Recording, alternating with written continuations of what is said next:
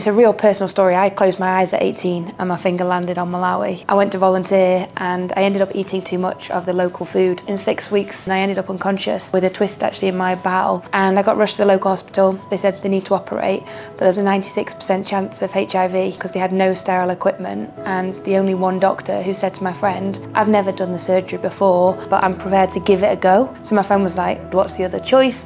Said go to a private hospital 2 hours away, but there's no ambulance, so I'm not sure how she'll get there and she'll probably die before she makes it. And then my friend said, I'd rather take the risk and go to the private hospital. So he did. I had the surgery, spent 3.5 weeks there, came to visit me, and he was like, Sarah, when we were in the local hospital, 300 people waiting in the queue to see that one doctor. They'd walked for miles, and when they saw you, you're prioritised because of the colour of your skin. You were the doctor for 2 hours. The people that were in the queue waiting, some of which were children, had died while you were being seen to. I was like, I have to do something to help. I made a promise there and then that I wanted to make a difference to one child's life. I went with that mission. I built a school and I walked away thinking, I'll now go and live my nice life now. I've done my bit to help. And I went back to surprise everybody, and it was like surprise gone wrong. There was nothing there, no iron sheets, no toys, no nothing.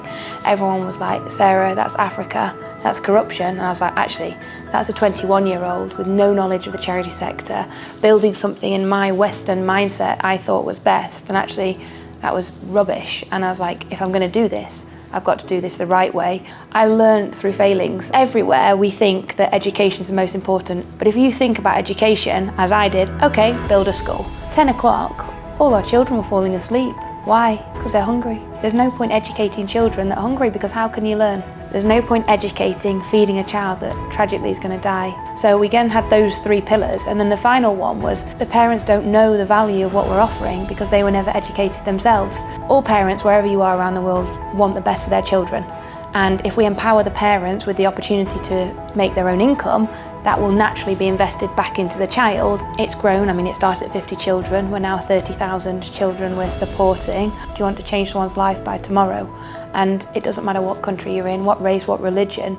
I believe everyone has the power to do something, and my life story will hopefully be a testimony of that. And the more people we can get involved, the more people we can impact, and now we're ready to replicate our model across Africa and see where it will go.